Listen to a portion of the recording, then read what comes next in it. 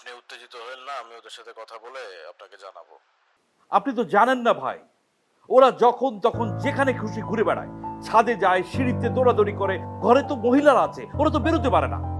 শুনেন ভাই, শুনেন, হয় আপনি আমাদের ফ্যামিলি মেম্বারদের রাখেন, আর নয়তো ওই ব্যাচেলারদেরকে নোটিশ দিয়ে আজই বাড়ি থেকে বের করে দেন।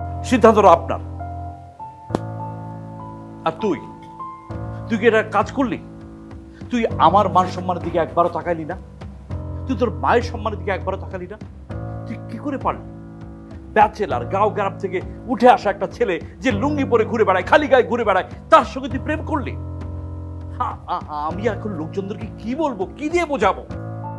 ওকে বলে তো লাভ নেই। তুমি বাড়িওয়ালার সঙ্গে কথা বলো, মেসালাদের সঙ্গে দেখা করো। এখানে কোনো অবস্থাতেই মেসের লোকজন থাকবে না।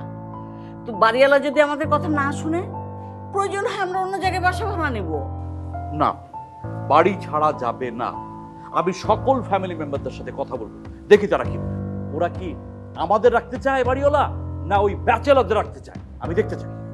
আম্মু, শোন মা, বাবা মা অনেক সাধ করে ছেলে মেয়েকে বড় করে, অনেক স্বপ্ন নিয়ে বড় করে।